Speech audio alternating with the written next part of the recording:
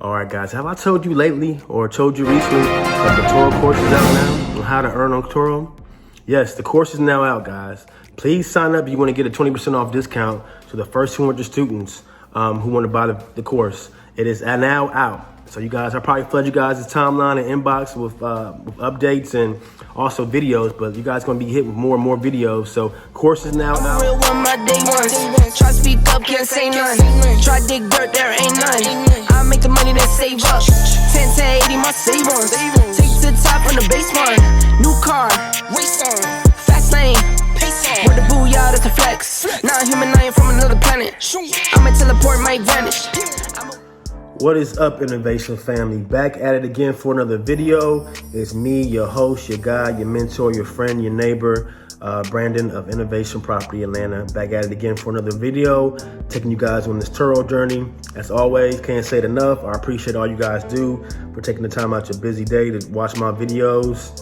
That means a lot to me. So as always, refer a friend to my channel, like this video, and let's jump into it, guys. So today's video is going to be about why would you want to rent a vehicle from Turo versus a big 3 or big 4 company like the Hertz, the Enterprises, the Budgets, the Alamos, Nationals, and so on and so on.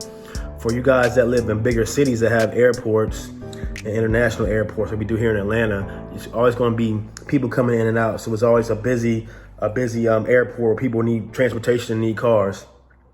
So recently I want to do a video just documenting my journey and kind of comparing the pros and cons to renting a car versus the big rental agencies versus Turo, and how long it would take for me to get my vehicle, customer service, all that. So let me tell you the story, the backdrop. So recently for Memorial Day weekend, I had to go to a funeral in Memphis, Tennessee. So what's up, Memphis? My wife's grandmother had passed away, so we went to Memphis for the weekend. And I had to fly out a Saturday morning just to support the fam and all that good stuff. So I flew into Memphis from Atlanta, and when I got there, I needed to rent a car. So I already had booked a car while I was on my flight. So they did have availability. They were able to get me in as far as a rent a car. I went through I believe it was Alamo or National, whatever one it was, to rent a vehicle. It was a 2020, I believe, Chevy Equinox. And I paid maybe $90 a day for it because it's a holiday, so prices were gonna be up no matter what. So it was like $300 or so, I was there for 2 days in Memphis, so it was like $300, give or take, with taxes and fees for the rental car. So I'm not mad at all at the rental agencies because they got me in, I got the vehicle, mission accomplished. That's the most important thing, guys. When you guys travel, is you want to travel in style most of the time, but sometimes you gotta do what you gotta do as far as efficiency and getting what you gotta get available. So it wasn't about me buying a luxury car, I'm getting a luxury car or a car I was gonna really enjoy for the weekend. It wasn't about that. It's just about getting from A to B. But long story short, I would say the process took probably about, from the time I landed to get to the rent-a-car agency, it's probably about 10-15 minutes from the actual terminal itself, or gate, I should say. So I had to kind of do a little bit of navigating to get to the agency. So I have a video above, or cutout, showing you guys my journey from the terminal to the desk.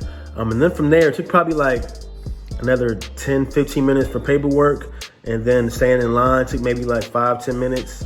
And then I had to go to the car and get the car in the garage and all that good stuff. Make sure there was no dents, no major issues and all that. So that took another 5-10 minutes. And then of course, leaving the garage and having to show your license and contract and all that stuff too. So overall, from the time I touched down in Memphis and left the terminal to get to the car and get in the car and get out of the airport, probably took maybe additional 40-45 minutes.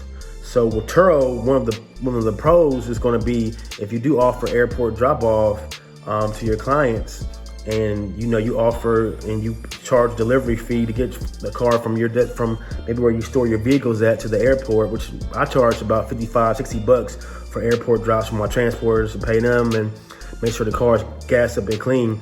We usually park the car right in the garage across from your terminal baggage claim when you land. So by the time from the time you get your bag until you cross the street, cross over to the garage, across the street, maybe takes maybe 5-10 minutes tops to get to the car, and then get your bag in the car and get out of the garage. Maybe take another 2 or 3 minutes. So we're talking about 10-15 minutes tops process from grabbing your bag to getting to the car to being out the airport. This is in Atlanta, by the way, one of the busiest airports in the world. So, you know, time is everything. So that's why it's all about efficiency, being productive. It's about time. That's the biggest saver that Turo can offer you is time. I mean, you might pay a little bit more for conveniences like airport drop off, or you may want to get more of a luxury car, sports car while you're here in Atlanta or wherever you're going to.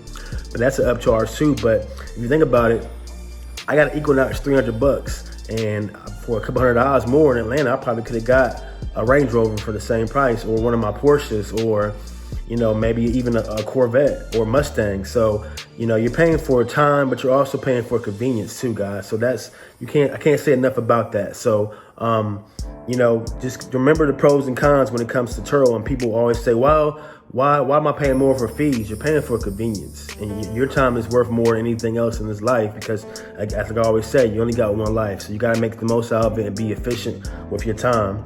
And you don't want to spend all day dealing with, you know, people at the front desk of the rental agencies, going back and forth with them. You might have lost your license.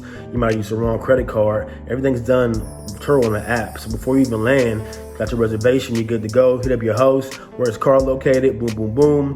They do what they got to do to get you in the car, and you're going just like that, guys. Everything's done through Turo customer service. You have any issues, and you're good to go. So my pros, that's what's coming my, you know, just my input on the pros and cons versus the big rental agencies versus Turo.